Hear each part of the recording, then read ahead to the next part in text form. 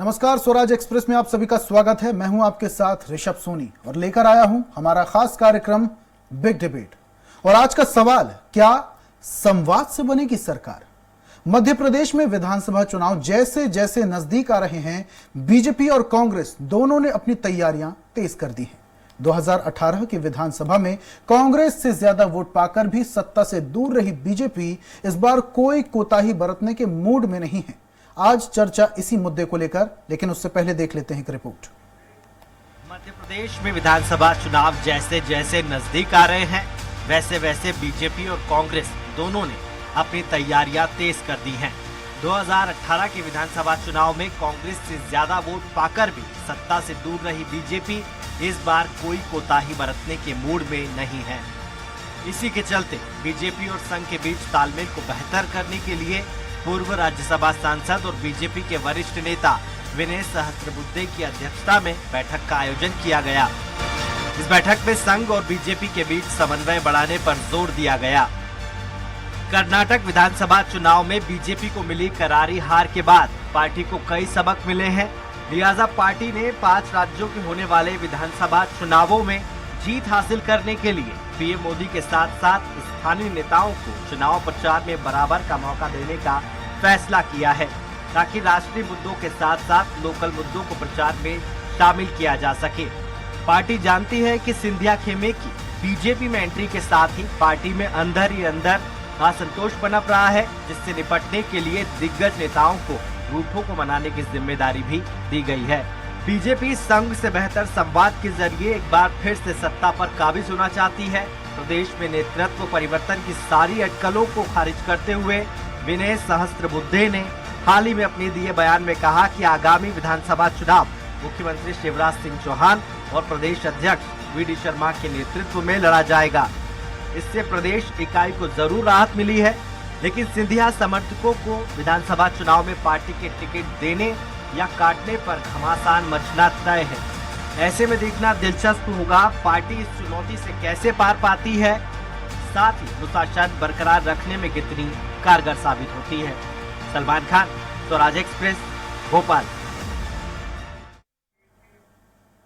तो आज का बिग डिबेट का विषय, क्या संवाद से बनेगी सरकार? इस पर हम ज्यादा चर्चा करेंगे और चर्चा के लिए मौजूद है हमारे साथ बीजेपी प्रवक्ता, कैबिनेट मंत्री दर्जा प्राप्त सनवर पटेल जी हमारे साथ स्टूडियो में मौजूद हैं। कांग्रेस प्रवक्ता फिरोज सिद्दीकी हमारे साथ जुड़े हैं। वरिष्ठ पत्रकार योगी राज योगेश जी भी हमारे साथ जुड़े हुए हैं।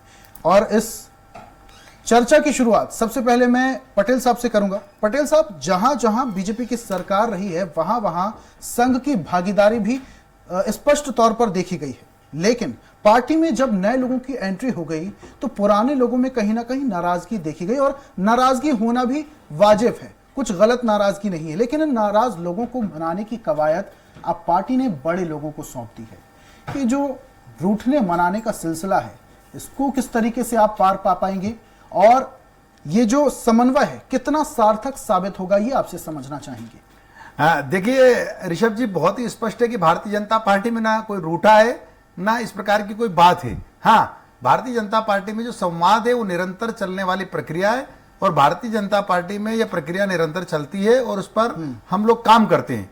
और भारतीय जनता पार्टी की खास बात यह है कि भारतीय जनता पार्टी की अपनी एक खास कार्यपद्धति है, और उस कार्यपद्धति पर ही भारतीय जनता पार्टी काम करती है।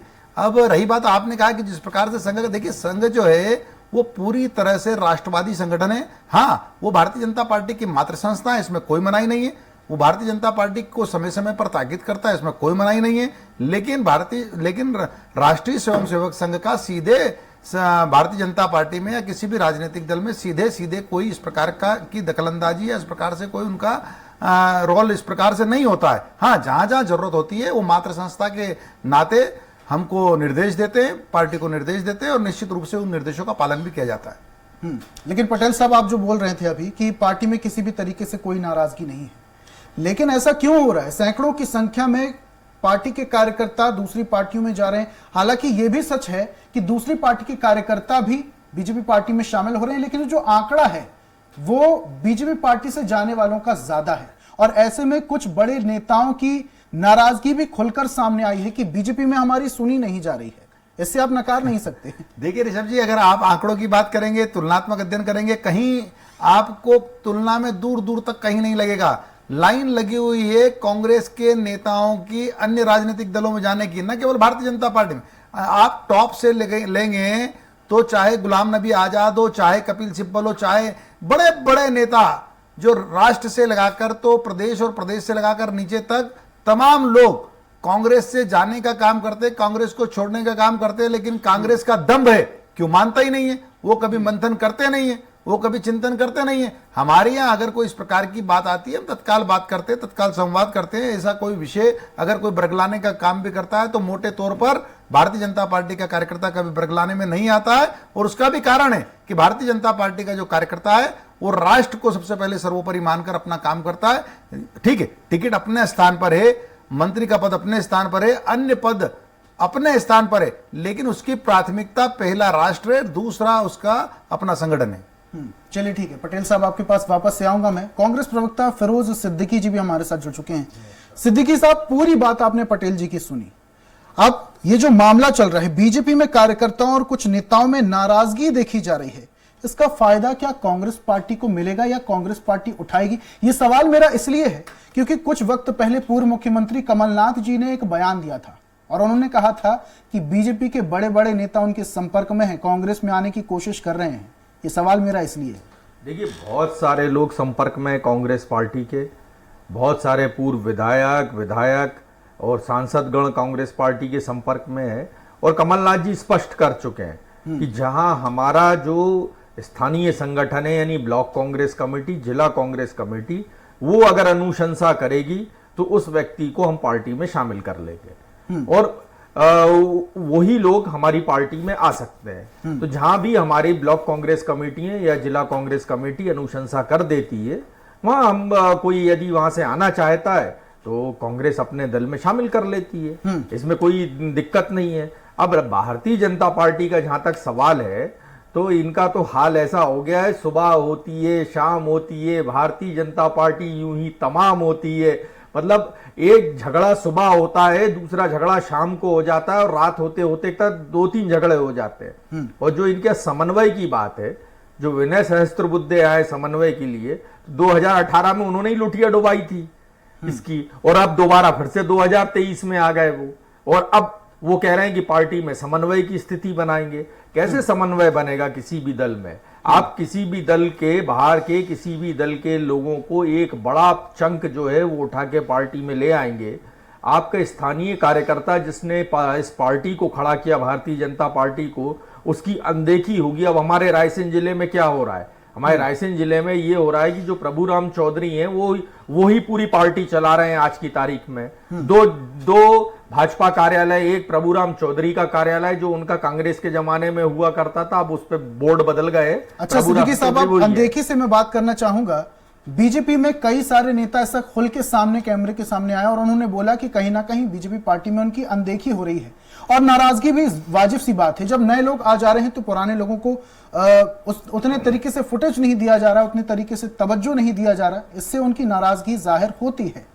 एक नेता के तौर से मैं आप समझना चाहूंगा कि जब पुराने लोगों को दरकिनार किया जा रहा है, नए लोगों को तवज्जो दी जा रही है, इस घटनाक्रम को आप किस तरीके से देखते हैं? हालांकि कांग्रेस पार्टी का दूर दूर तक इससे कोई लेना देना नहीं है कि दूसरी पार्टी में क्या हो। देखिए, जब कोई भी पार्टी और उसके नेता सिर्फ सत्ता को ही जो है विचारधारा और सिद्धांत निकालकर एक तरफ रख देते हैं और सिर्फ सत्ता ही उनके लिए जो है वो अहम हो जाती है, सत्ता ही एक उनका मकसद हो जाता है, तो ये स्थितियां पैदा हो जाती हैं। अगर भारतीय जनता पार्टी चाहती तो 5 साल संघर्ष कर सकती थी कांग्रेस के खिलाफ। 15 साल जनता ने उनको बहुत अच्छा शासन दिया, पूर्ण बहुमत की, 2 तिहाई बहुमत की उनको सरकारें दी, और वो चाहते तो कांग्रेस के खिलाफ कर सकते थे। लेकिन इनके कुछ नेताओं का जो सत्ता का मोह था, उस सत्ता के मोह में इन्होंने कांग्रेस में तोड़फोड़ की, और जो हमारे यहाँ सत्ता लोभी थे वो उस तरफ चले गए, और जाके उन्होंने जो किया उससे जो कैडर बेस पार्टी थी भारतीय जनता पार्टी, कांग्रेस तो मास बेस पार्टी है, तो कांग्रेस तो बहुत सारे झटके झेल जाती है, लेकिन जो कैडर का भारतीय जनता पार्टी का कार्यकर्ता था, जिसने भारतीय जनता पार्टी की नींव रखी थी, वो कहीं ना कहीं उसकी अनदेखी हुई और वो छिटक गया भारतीय जनता पार्टी से। इसलिए तो आज भारतीय जनता पार्टी जब चुनाव बिल्कुल मुहाने पर है और किसी कोई भी राजनीतिक दल जो है अपनी रणनीति और अपना एक नैरेटिव सेट करता है चुनाव में जाने का, उस समय में भारतीय जनता पार्टी झगड़े सुलझा रही है और उसको अभी उम्मीद नहीं है कि उसका झगड़ा सुलझेगा अथवा नहीं सुलझेगा। ठीक है सिद्दीकी साहब, पटेल जी पूरी बात आपने सिद्दीकी जी की सुनी है, मुस्कुरा रहे थे आप, अपनी बात रखिए, उसके बाद में वरिष्ठ पत्रकार जी की ओर बढ़ूंगा। देखिए ऋषभ जी, बहुत ही मैं स्पष्ट कहना चाहूं, हमारे विद्वान साथी ने कहा 2018 की बात उन्होंने शुरुआत की कि 2018 में क्या स्थिति थी, और हमारे एक बड़े नेता के लिए उन्होंने बहुत ही हल्की भाषा का उपयोग किया। मैं बताना चाहता हूं उनको कि 2018 में भी भारतीय जनता पार्टी को वोटों का प्रतिशत ज्यादा मिला था कांग्रेस से, और 18 के बाद 19 आया, 29 में से 28 सीटें आप हारे हैं उन्हीं के नेतृत्व में। फिर 20 आया तो 28 में से 19 सीटें आप हारे, और 21 आया तो 4 में से 3 सीटें आप हारे, और 22 आया तो नगरीय निकाय और बाकी जगह की तो छोड़ दीजिए, आप ग्राम पंचायतों में 90% चुनाव हारे। आप अपने मुंह मियां मिट्टू कुछ भी कह लीजिए, कैबिन में बैठकर कुछ भी कह लीजिए, आपको समाज क्षेत्र में जाना होगा, आपको आत्म मंथन करना होगा कि ये रिजल्ट क्यों आ रहे हैं। अब यहाँ कैबिन में बैठकर आप कुछ कह देंगे, ट्वीट करके कुछ कह देंगे, कमलनाथ साहब कह देंगे। अगली बात उन्होंने कही कि कई विधायक और कई सांसद कमलनाथ जी के संपर्क में, कमलनाथ जी के संपर्क में तो 2020 में भी थे, जब उनकी सरकार गिर रही थी। पत्रकार भाइयों ने उनसे कहा कि आपके अनेक विधायक आपसे संतुष्ट नहीं है, आपकी चलो चलो नीति से संतुष्ट नहीं है, और वो कहीं आपका दामन न छोड़ दे। तो उन्होंने कहा नहीं, सामने वाले भी कई लोग मेरे संपर्क में हैं। कहां गए संपर्क में थे तो आए, कहीं दिखे आपको? नहीं दिखे। तो ये बोलने में, नगर निगम में 90% रहा क्या और करने में बड़ा अंतर है। ये नगर निगम 90% जीते के महापौर। जब सरकार गई तो हमारे विद्वान साथी के सबसे बड़े नेता ने कहा, क्या कहा हमारे विद्वान साथी के सबसे बड़े नेता ने? मेरा ट्वीट संभाल कर रखिएगा, 15 अगस्त को मैं लाल परेड पर झंडा फहराऊंगा। सब लोगों ने ट्वीट संभाल के रखा। लाल परेड तो ठीक है, छिंदवाड़ा में भी झंडा नहीं फहराया। तो ये हमारे जो विद्वान साथी हैं, इनके ऐसे नेता हैं, ऐसे इनके राजनीतिक दल है। और उन्होंने बीच में कहा, मैं उसका भी जवाब दे देता हूं, उन्होंने कहा है कि ग्राम पंचायत और नगरीय निकाय के चुनाव में क्या हुआ। तब भी आप देखेंगे तो आपका तो सुपड़ा ही साफ हुआ है। अरे 16 में से अगर आप 5 जीते और 11 हम जीते तो आप उसको अपनी जीत मानते हैं, तो ऐसी जीत आपको मुबारक। और 5 में भी 7 महापौर हैं आपके। 5 में भी सारे के सारे सभापति हमारे, अरे सारे के सारे पार्षद आपके, सारे के सारे पार्षद हमारे, पूरा बोर्ड हमारा। 7 महापौर हैं आपके, पूरे के पूरा बोर्ड हमारा। फिर भी अगर आपको ऐसी जीत लगती है आपके मात्र, अगर फिर भी आपको ऐसी जीत लगती है तो ऐसी हार जिसको आप जीत मानते हो वो आपको मुबारक हो। और भारतीय जनता पार्टी बहुमत के आधार पर आगे बढ़ रही है, मध्य प्रदेश की जनता के आशीर्वाद के आधार पर आगे बढ़ रही है, वो हमें मुबारक। चलिए ठीक है पटेल साहब, वापस से आऊंगा आपके पास। वरिष्ठ पत्रकार हमारे साथ जुड़े हुए हैं, योगेश जी। योगेश जी, आपसे ये समझना चाहेंगे, संघ के सहयोग से कई चुनाव बीजेपी पार्टी जीती और बाकायदा सत्ता भी चलाई। 18 साल वक्त कम नहीं होता है, शासन किया बीजेपी पार्टी ने, लेकिन अब जो बीजेपी पार्टी के अपने ही हैं वो कहीं ना कहीं मुंह फुलाए बैठे हैं, उनको मनाने की कवायद तेज हो चुकी है। इस पूरे घटनाक्रम को आप किस तरीके से देखते हैं, क्योंकि अब इस बार बीजेपी पार्टी के लिए सत्ता को सतत रख पाना थोड़ा मुश्किल हो सकता है? देखिए, आप बिल्कुल सही कह रहे हैं, और मुझे ऐसा लगता है कि अभी तक के सबसे कठिन चुनौतियों में से एक है ये वाला चुनाव बीजेपी सरकार के लिए। इससे ज्यादा चुनौती उनको पिछले 18 सालों में कभी सामना नहीं करना पड़े। इस बार का चुनाव भारतीय जनता पार्टी के लिए थोड़ा टफ है, और ये जो टफ जो हुआ है इसके लिए भी जिम्मेदार खुद भाजपा और उसके नेता हैं, क्योंकि पिछले कई दिनों से कुछ ऐसे घटनाक्रम पार्टी में हुए, जैसे आप ये देखिए कि पिछली बार 2018 में ये एक आम बात ये निकलकर सामने आई थी कि भाजपा का कार्यकर्ता नाराज था और वो घर बैठ गया था। लेकिन इसके बाद अभी स्थिति थोड़ी और बिगड़ गई।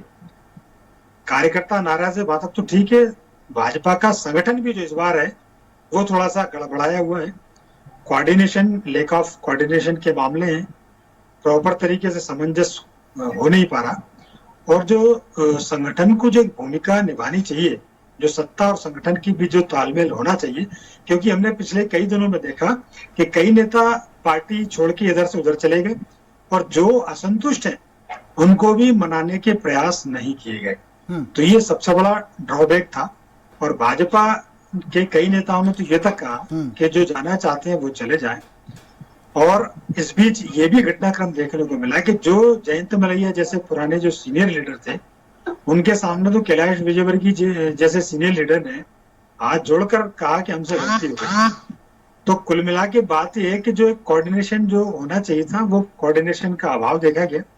अब ये कोऑर्डिनेशन कितना कर पाती है भाजपा सत्ता संगठन के बीच, संगठन और कार्यकर्ता के बीच, ये देखने वाली बात होगी। और ये तीनों के बीच यदि तादाद में स्थापित हो गया तो चुनाव निकाल सकती है भाजपा। बिल्कुल योगेश जी, ये तो देखने वाली बात है कि किस तरीके से समन्वय स्थापित किया जाएगा। सिद्दीकी साहब, आपसे समझना चाहूंगा मैं, ये जो रूठियों को मनाने की कवायद चल रही है और इसके अलावा बीजेपी सरकार द्वारा जो धड़ाधड़ योजनाओं को लागू किया जा रहा है, लाडली बहना योजना की मैं बात कर लूं, रोजगार की मैं बात करूं, 1 लाख नौकरियां देने की मैं बात कर लूं, बिजली की बात कर लूं, ग्लोबल इन्वेस्टर समिट की मैं बात कर लूं, आदिवासियों के लिए जो सम्मेलन किया गया था उसकी मैं बात कर लूं, ये सारे प्रोग्राम, ये सारे सम्मेलन उस वक्त हुए जब विधानसभा चुनाव को ज्यादा वक्त नहीं था। इसे क्या समझा जाए? बीजेपी पार्टी को अब लग रहा है कहीं ना कहीं जमीन खिसक सकती है, पकड़ने की कवायद तेज कर दी है।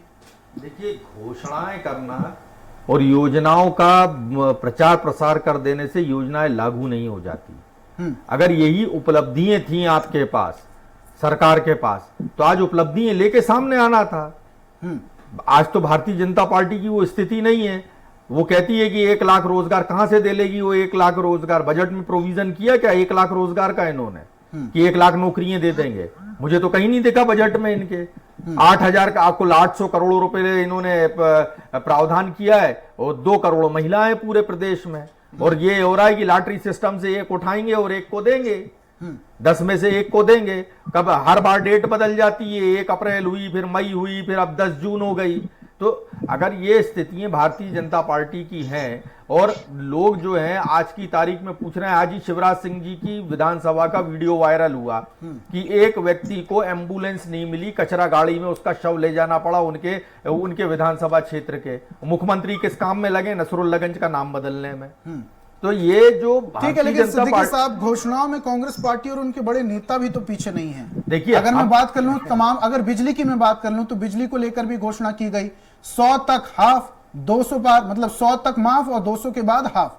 लाडली बहना योजना को लेकर एक और चीज आपकी पार्टी ने ला दी है कि 150 रुपए, माफ कीजिएगा, 1,500 रुपए खाते में डाला जाएगा, 500 रुपए का सिलेंडर कम कर दिया जाएगा। तो ये सारी घोषणाएं भी देखने को मिल रही हैं। देखिए, ये देखने को मिल रही हैं, लेकिन आप देखिए, हमने हिमाचल में इस योजना को लागू करके दिखाया। अगर आप राजस्थान में हमारी सरकार देखें तो वो 500 रुपए में सिलेंडर दे रही है।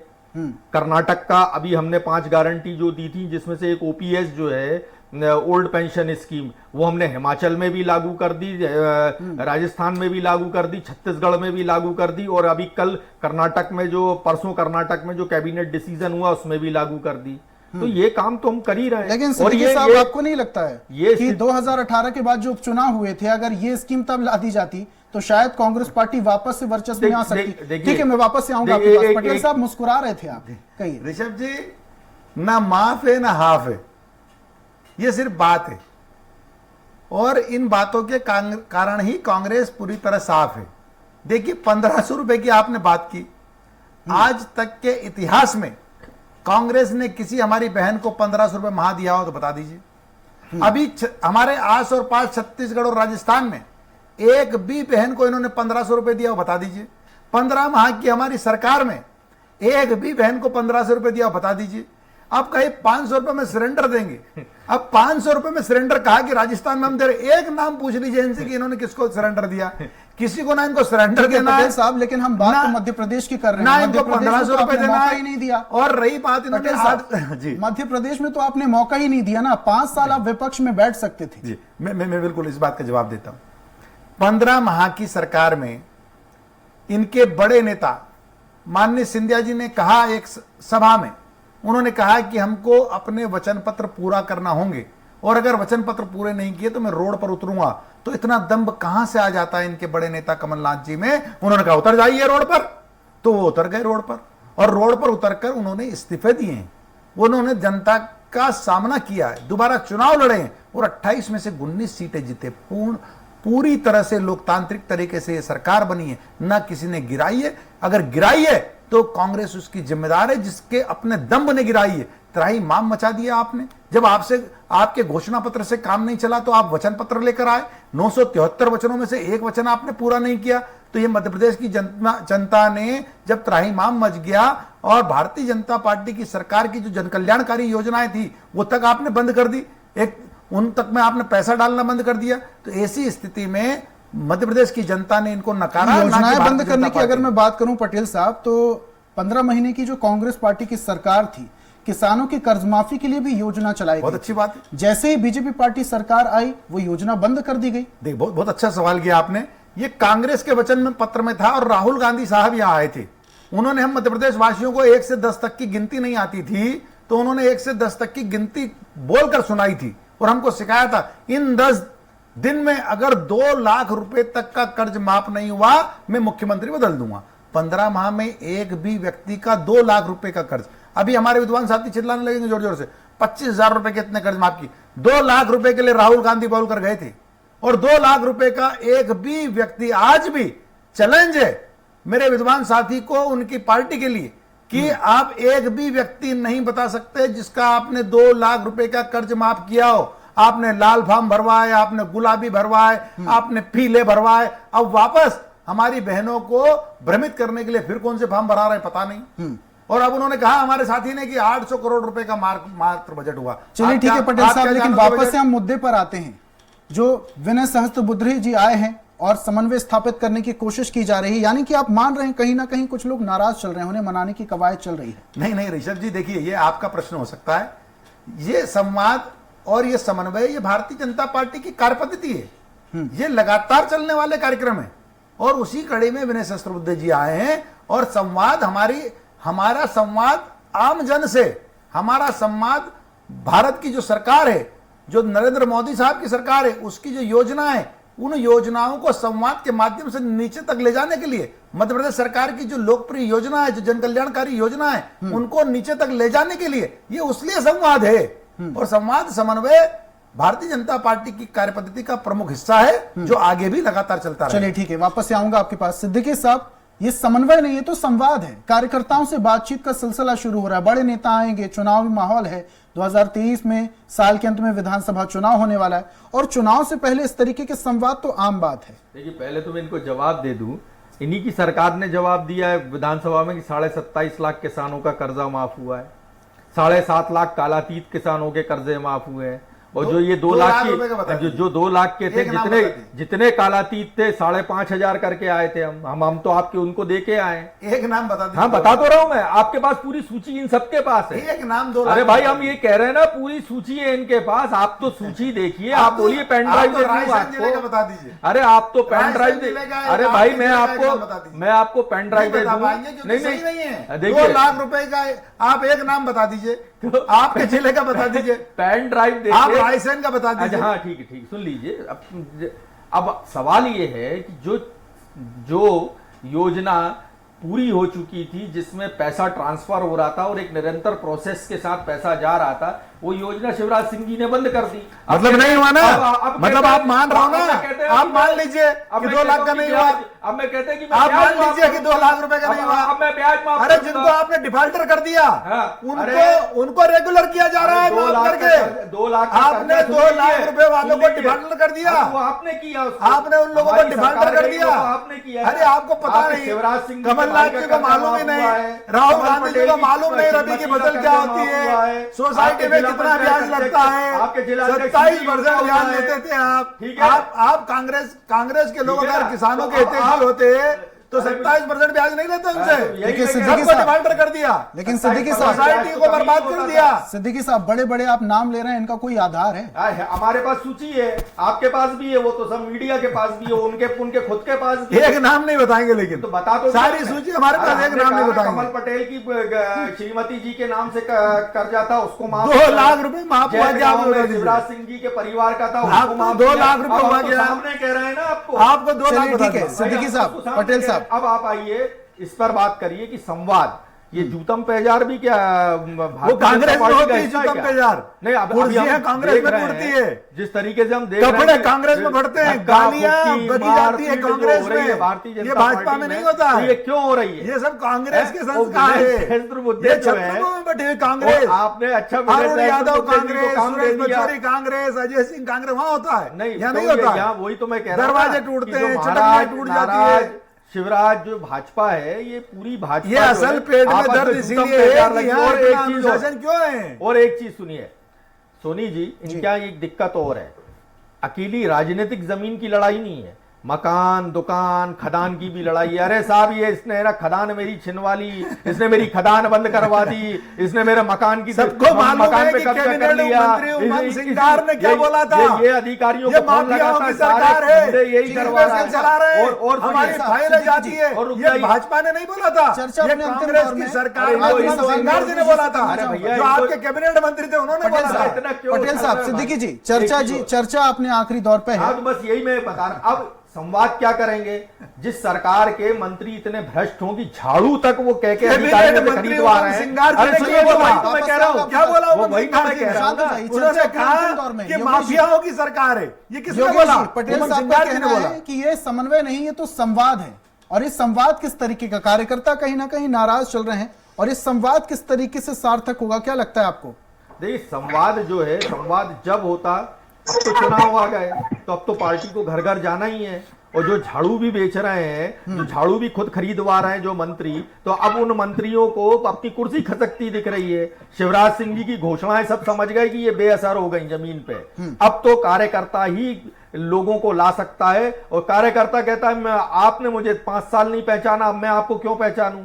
तो संवाद जो है, विनय सहस्त्रबुद्धे आते तो पहले आते, चलिए अब ठीक तो वो इसलिए आए कि अपने अपने लोगों को टिकट दिलवा लें और उनके टिकट हो जाए फाइनल। वीडी शर्मा, आनंद शर्मा और कांग्रेस ये भी देखने वाली बात है, एक किस तरीके से ये समन्वय जो है ये किस तरीके से काम करेगा, ये भी देखने वाली बात है। बहुत बहुत शुक्रिया हमारे साथ जुड़ने के लिए।